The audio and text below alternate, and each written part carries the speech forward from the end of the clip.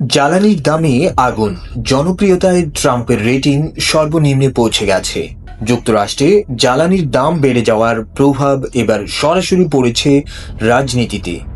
মার্কিন সাময়িকী ফোর্বস এর প্রতিবেদনে বলা হয়েছে, এই পরিস্থিতির মধ্যে ডোনাল্ড ট্রাম্পের জনপ্রিয়তা নেমে গেছে সর্বনিম্ন পর্যায়ে।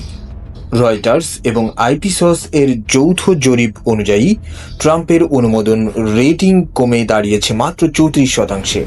এটি তার জন্য এখন পর্যন্ত সবচেয়ে নিচের অবস্থান, এমনকি চলতি সপ্তাহের আগের জরিপের তুলনায়ও 2% কম। আরও উদ্বেগজনক বিষয় হল, জীবনযাত্রার ব্যয় নিয়ন্ত্রণে ট্রাম্পের পারফরমেন্স নিয়ে সন্তুষ্টির হার নেমে এসেছে মাত্র 22%। অর্থাৎ সাধারণ মানুষের অর্থনৈতিক চাপই এখন তার জনপ্রিয়তার উপর বড় প্রভাব ফেলছে।